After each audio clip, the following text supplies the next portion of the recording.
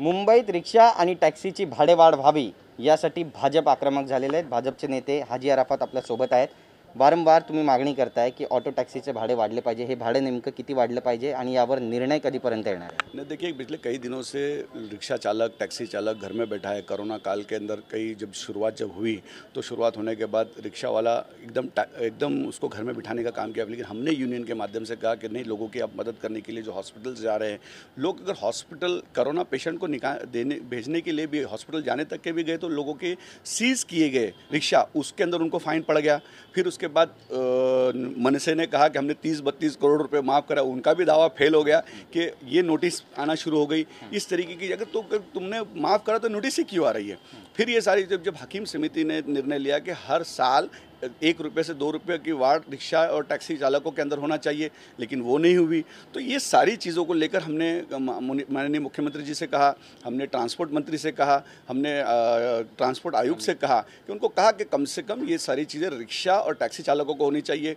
मुलुंड और ठाना, ये जितने टोल्स है, ये जिसके नज़दीक के नज़दीक अगर भाड़ा अगर उनको मिलता तो भाड़ा तो नकार नहीं सकते। अगर भाड़ा नकारा तो बोले भाड़ा नकारा, और अगर नज़दीक भाड़ा लेके गया तो उसको परवड़ता नहीं। उसके रिक्शा और टैक्सी के टोल फ्री होने चाहिए। ऐसी कुछ मांग हमने लेके उनके सामने गए।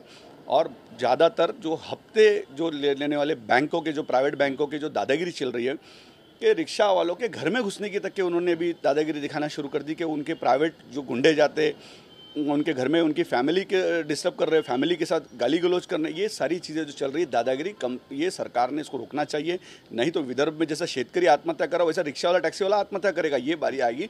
इसलिए हमको ना इलाज हो कि हम सरकार से विनती करते, ट्रांसपोर्ट मंत्री से विनती करते कि इसको हम भाड़ावाड़ के लिए एक पैसेंजर और रिक्शा चालक और टैक्सी चालक के बीच में एक विन विन सिचुएशन लाके, जैसा आपने हकीम समिति में कहा था कि 1 से 2 रुपये हम बढ़ाएंगे, तो ऐसा रास्ता निकालो। नहीं तो हमको आंदोलन के सिवा कोई पर्याय नहीं रहेगा। आप क्या करने वाले हैं अगर किराया नहीं बढ़ता है ऑटो टैक्सी का? तो आपकी संगठन क्या करेगी? बिल्कुल मुंबई और महाराष्ट्र बंद पुकारेंगे। रिक्शा टैक्सी पूरा का पूरा, ट्रांसपोर्ट मंत्री भी बांद्रा में रहते, मुख्यमंत्री जी भी बांद्रा में रहते, सारी रिक्शा टैक्सी लेके आके उनका छोड़ देंगे। फिर वो जाने और बैंक जाने, क्योंकि ऐसे ही बैंक वाले हमारी गाड़ी खींच के लेके जाने के लिए तैयार है। रास्ते पे निकले तो डर है कि बैंक वाला खींच के लेके जाएगा, घर पे गए तो घर में दादागिरी करके घुस रहे। तो ये सारी चीज़ कहीं ना कहीं इस सरकार ने ध्यान देना चाहिए। दुख होता है कि ट्रांसपोर्ट मंत्री खुद आज भी रिक्शा चालक के अध्यक्ष है। रिक्शा चालक के अध्यक्ष नहीं, तो रिक्शा वालों को भूल गए। उनकी दुआओं से आज वो मंत्री बन गए और रिक्शा वालों को भूल गए। आज तक कभी एक रिक्शा वालों के कभी घर गए क्या वो और पूछे क्या कि भाई तुम्हारा क्या हाल है, किस तरीके से? उनके मेंबर के घर, हमारे तो छोड़ दो, उनके खुद के मेंबरों के पास गए क्या? लेकिन नहीं गए। आज रिक्शा वालों की परिस्थिति ये है कि कई रिक्शा वालों ने अपनी बीवी के मंगलसूत्र तक की गिरवी रख दी है।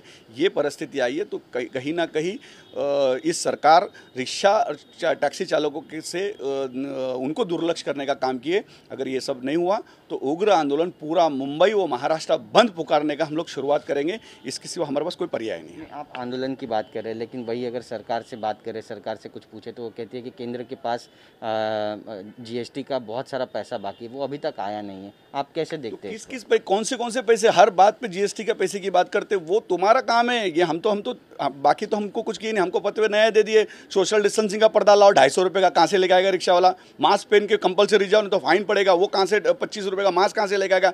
हमको तो कोई मदद ही नहीं की है ना। तो एक चीज़ लेकर तुम 10 चीज़ पे कैसा मिला सकते हैं? ये चीज़ को तो उसका पैसा बाकी। हम तो कह रहे हैं कि अगर हकीम समिति ने कहा है कि हर साल 2 रुपये बढ़ना चाहिए, 1 रुपया बढ़ना चाहिए, तो वो मांग रहे हैं। उनके जेब से तो कुछ देने को तैयार ही नहीं, वो तो दे भी नहीं सकते। मुझे ऐसा लगता है कुछ दिल तो बड़ा करना चाहिए। और हर चीज़, जैसे कि आज हर चीज़ों के अंदर वो कहते हैं कि हम कर देंगे, लेकिन करने की तैयारी नहीं है। तो कहीं ना कहीं रिक्शा वाला अब नहीं ठहरेगा। इसके ऊपर उनको बिल्कुल निर्णय लेना पड़ेगा। अगर नहीं निर्णय लिया गया तो नव भारतीय शिव वाहतुक संगठन स्टेट की सबसे बड़ी यूनियन है, और वो बड़ी यूनियन के माध्यम से सभी को लेकर हम पूरा रास्ते पे चक्का जाम आंदोलन। हम इच्छा ही नहीं है ये सब करने की, लेकिन अगर कभी क्या करेंगे, हमारे पास पर्याय नहीं है, तो हमको यही करना पड़ेगा। मैं माननीय मुख्यमंत्री जी से, ट्रांसपोर्ट मंत्री से और ट्रांसपोर्ट आयोग से कहूँगा कि जल्द से जल्द रिक्शा और टैक्सी चालकों के ऊपर ध्यान दीजिए। और इनकी जो ज़रूरत है, कम से कम उनको कोई, जैसा बाकी चीज़ों में अनुदान वगैरह दिया था, तो इनको तो कुछ ऐसा देने के लिए तैयारी, कोई बात ही नहीं करने की। जब मुंबई को चलाने वाला रिक्शा वाला है, टैक्सी वाला है, लोगों की मदद कर रहा है, कोई पर्यटक उतरता है मुंबई शहर में तो पहला रिक्शा और टैक्सी वाले को मिलता है, लेकिन उसके बाद भी उनकी तरफ किसी का ध्यान नहीं है। अगर ये सारी चीज़ें और नए नए फतवे लाना बंद कर दे, और अगर तुमको सिस्टम लाना है तो कुछ रिक्शा वाले को सरकार के तरफ से कुछ ना कुछ तो मदद मिलनी चाहिए, ये हमारी डिमांड है। धन्यवाद या सगळ्या माहितीसाठी. ते होते नवभारती शिववाहतूक सेनेचे अध्यक्ष हाजी अराफत, ज्यांनी स्पष्टपणे सरकारला चेतावणी दिली आहे की जर भाडेवाढ झाली नाही तर मुंबईभर आणि राज्यभर चक्का जाम करणार. कॅमेरा पर्सन संतोष बोराडेसह गिरीश गायकवाड, TV9 मराठी, मुंबई.